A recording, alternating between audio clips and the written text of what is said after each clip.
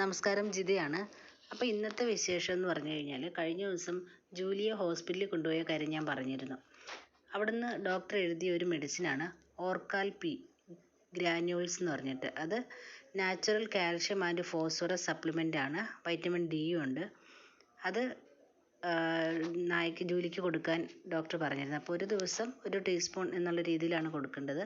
അത് കൊടുക്കാനായിട്ട് ഞങ്ങൾ കിണഞ്ഞ് പരിശ്രമിച്ചിട്ട് നടക്കുന്നില്ല. സാധാരണഗതിയിൽ ജൂലി പച്ചക്കറി എല്ലാം തന്നെ കഴിക്കുന്നതാണ്. ഇത് മാത്രം കഴിക്കുന്നില്ല.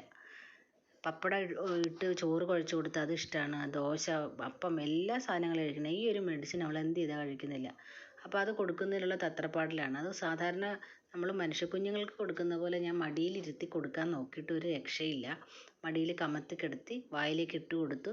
അവൾ തുപ്പിക്കളഞ്ഞു. അപ്പോൾ അതിൻ്റെ ഒരു വീഡിയോ ആണിത് കാണുന്നത്. അപ്പം ഞാൻ എൻ്റെ മോനോട് പറഞ്ഞിട്ട് അവനാണ് പിന്നെ ബലം പിടിച്ച് മടിയിൽ കിടത്തിയിട്ട് വായിലേക്ക് മരുന്ന് ഇട്ട് കൊടുത്തു. ഒപ്പം തന്നെ വെള്ളവും കൊടുത്ത് അങ്ങനെയാണ് ആ മരുന്ന് കഴിപ്പിച്ചത്.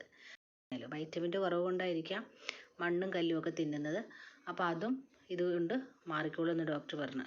അങ്ങനെ ഞങ്ങൾ ഇന്നത്തെ യജ്ഞം അവസാനിപ്പിച്ചു വിജയകരമായിട്ട് തന്നെ. ആദ്യം എടുത്തു വെച്ച മരുന്ന് അവളുടെ അമ്മ ഡോറ കഴിച്ചു തീർത്തു. പിന്നെ രണ്ടാമതെയാണ് ജൂലിക്ക് വീണ്ടും എടുത്ത് കൊടുത്തത്.